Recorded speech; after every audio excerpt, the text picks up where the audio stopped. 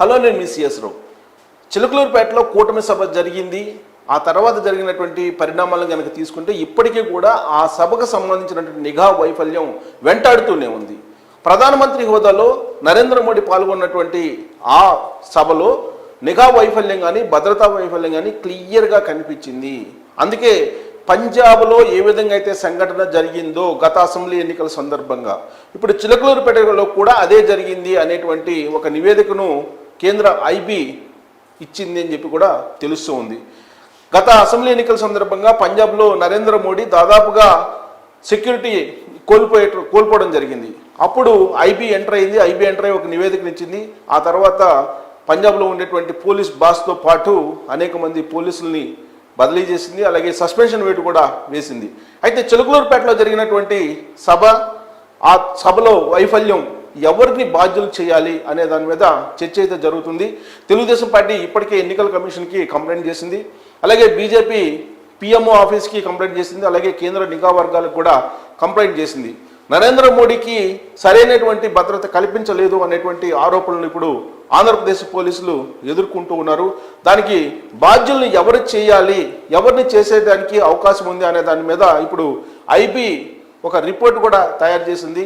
వాస్తవంగా ఆంధ్రప్రదేశ్ నిఘా విభాగానికి సంబంధించినటువంటి ఐజీగా ఉన్నారు సీతారామాంజనేయులు, పిఎస్ఆర్ సీతారామాంజనేయులు. సో ఆయన ఒక పర్ఫెక్ట్ ఆఫీసరు, బట్ ఆయన ఈ విషయంలో మాత్రం వైఫల్యం చెందారు అనేటువంటి ఆరోపణలు ఎదుర్కొంటూ ఉన్నారు. ఆయన ఇంటెలిజెన్స్ ఐజీగా బాధ్యతలు స్వీకరించినప్పటి నుంచి జరిగినటువంటి పరిణామాలన్నింటినీ కూడా ఇప్పుడు ఐబీ రివ్యూ చేస్తూ ఉంది. చంద్రబాబు నాయుడు అరెస్ట్ సందర్భంగా ఆయన ఏ విధంగా చేశారు, ఆ తర్వాత ఆంధ్రప్రదేశ్ రాష్ట్రానికి నిఘా అంశాలకు సంబంధించి ఏ విధంగా వ్యవహరించారు అనే దాని మీద కూడా రివ్యూ చేస్తుంది. ఇక గుంటూరు రేంజ్ డిఐజీగా ఉన్నటువంటి పాలరాజు, ఆయన ఏ విధంగా సెక్యూరిటీ పర్యవేక్షణ చేశారు అనే దాని మీద కూడా అధ్యయనం చేస్తుంది. ఆ తర్వాత పల్నాడు ఎస్పీ, ప్రధానంగా గ్రౌండ్ లెవెల్లో పల్నాడు ఎస్పీ రవిశంకర్ రెడ్డి మొత్తం పర్యవేక్షణ చేయాలి. గ్రౌండ్లో ఏం జరుగుతుంది, వాస్తవంగా ముందు రోజు ఏ విధంగా అయితే సెక్యూరిటీని ఏర్పాటు చేసామో అదేవిధంగా సెక్యూరిటీ ఉందా లేదా, వీటన్నిటినీ గ్రౌండ్లో పర్యవేక్షించాల్సినటువంటి బాధ్యత ఎస్పీ రవిశంకర్ రెడ్డిది. కానీ ఆయన విధుల్లో చురుగ్గా లేరు అనేటువంటి అపవాదం ఎదుర్కొంటూ ఉన్నారు. ఆ మేరకు బీజేపీ, తెలుగుదేశం పార్టీ, జనసేన నుంచి కంప్లైంట్స్ కూడా కేంద్రానికి వెళ్ళాయి. దీని మీద అధ్యయనం చేస్తున్నారు. సో రేపో మాపో చర్యలు తీసుకునేటువంటి అవకాశం ఉంది అనేది కూడా వినిపిస్తుంది. దీని మీద మీడియాలో కూడా రకరకాల కథనాలు వస్తున్నాయి. ప్రముఖ పత్రికలో వచ్చినటువంటి ఒక కథనాన్ని మనం చూస్తే కనుక ఆ ముగ్గురిపై గురి అనేటువంటి ఒక న్యూస్ని ప్రచురించడం జరిగింది ఆంధ్రజ్యోతి. సో నిఘా డిఐజీ పల్నాడు ఎస్పీలపై చర్యలు అనేటువంటి క్యాప్షన్ తోటి ఈ మొత్తం న్యూస్ రాయడం జరిగింది. ప్రధాని పాల్గొన్న సభపై ఉద్దేశపూర్వక నిర్లక్ష్యం, విఐపీల భద్రతకు చర్యలు తీసుకోలేదు, పల్నాడు పోలీసులపై ఈసీకి ఫిర్యాదు, భద్రతా వైఫల్యంపై కేంద్రానికి ఐబీ నివేదిక, లోపాలను ఎస్బీజీ వేలెత్తి చూపినా పట్టించుకొని పోలీసు అధికారులు, సభకు జనం రాకుండా అడ్డుకున్నటువంటి వైనం, విఫలమంటూ రోత మీడియాలో కథనాలు, ఢిల్లీ పెద్దలకు బీజేపీ నేతల రిపోర్ట్. సో చిలకలూరుపేట సభ జరిగింది. ఆ సభలో వాస్తవంగా వైఫల్యం చెందింది అని చెప్పి ఎస్బీజీ చెబుతుంది. ఎస్పీజీ ప్రొటెక్షన్ ఇద్దరికి ఉంది. అక్కడ చంద్రబాబు నాయుడుకి ఎస్పీజీ ప్రొటెక్షన్ ఉంది, అలాగే ప్రధానమంత్రి నరేంద్ర మోడీకి కూడా ఎస్పీజీ ప్రొటెక్షన్ ఉంది.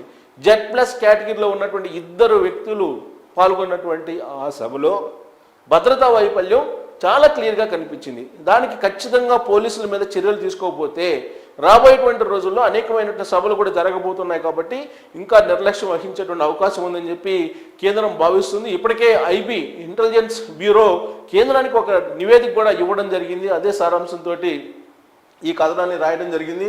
సో పల్నాడు జిల్లా చిలకలూరుపేట వద్ద ప్రధాని మోదీ పాల్గొన్న ప్రజాగళ సభలో భద్రతను పట్టించుకొని ముగ్గురు ఐపీఎస్ అధికారులపైన చర్యలు తక్కువ, వివిఐపీల సెక్యూరిటీ కోసం తీసుకోవాల్సిన చర్యలు తీసుకోలేదా, వివిఐపీ గ్యాలరీలోకి కొందరు చొచ్చుకొని వచ్చిన ఉద్దేశపూర్వకంగానే పోలీసులు నిర్లక్ష్యంగా వ్యవహరించారా, కేంద్ర నిఘా వర్గాల నివేదిక ఏం చెప్పింది. ఏపీ పోలీసుల్లో ఇప్పుడు ఈ అంశాలపైన విస్తృత స్థాయిలో చర్చ జరుగుతుంది.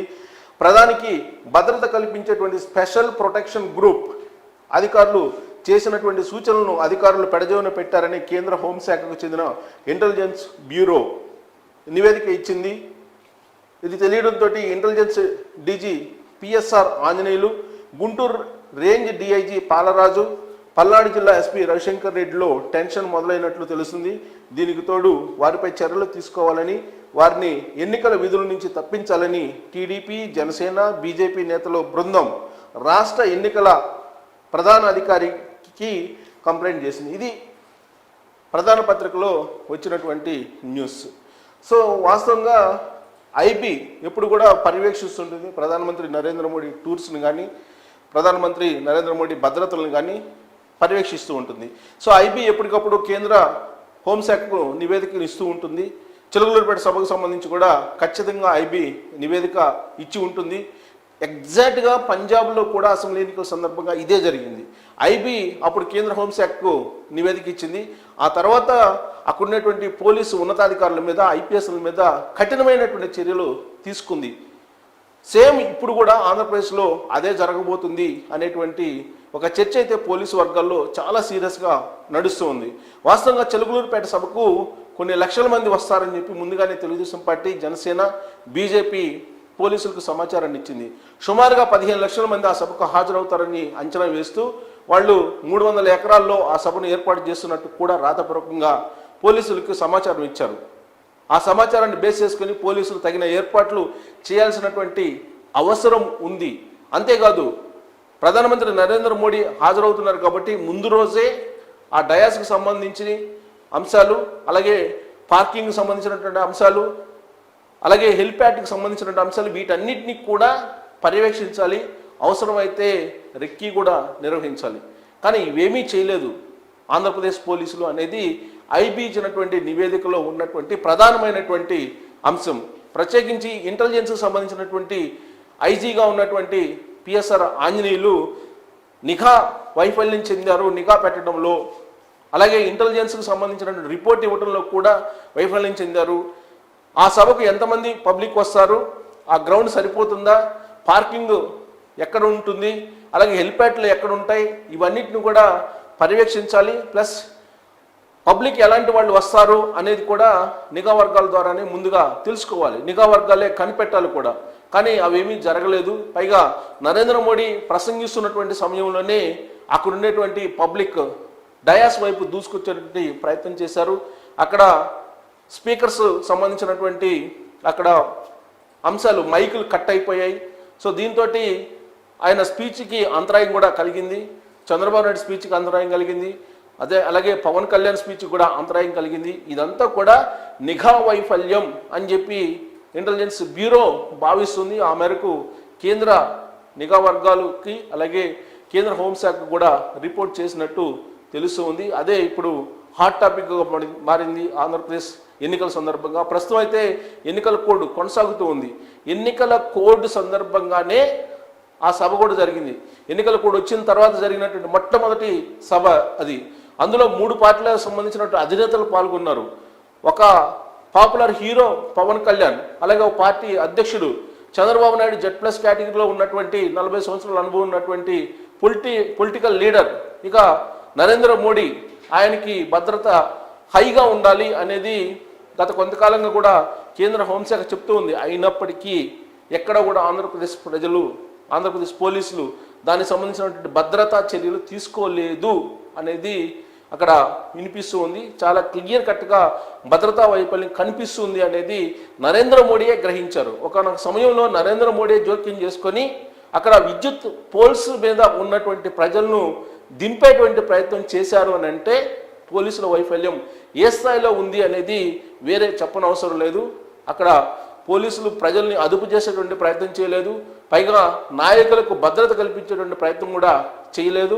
ఆ సభకు సంబంధించినటువంటి మొత్తం రూట్ మ్యాప్ కానీ, బ్లూ ప్రింట్ కానీ, దాని మీద సమీక్షించడం కానీ ఏమీ జరగలేదు అనేది ఐబీ ఇచ్చినటువంటి రిపోర్ట్లో ఉన్నటువంటి ప్రధాన అంశంగా ఉంది. దాంతో ఇప్పుడు ప్రధానంగా 3 ఆఫీసర్లని బాధ్యులుగా చేసేటువంటి అవకాశం ఉందని చెప్పి ఇప్పుడు కేంద్ర నిఘా వర్గాల నుంచి అలాగే ఢిల్లీ నుంచి అందుతున్నటువంటి సమాచారం.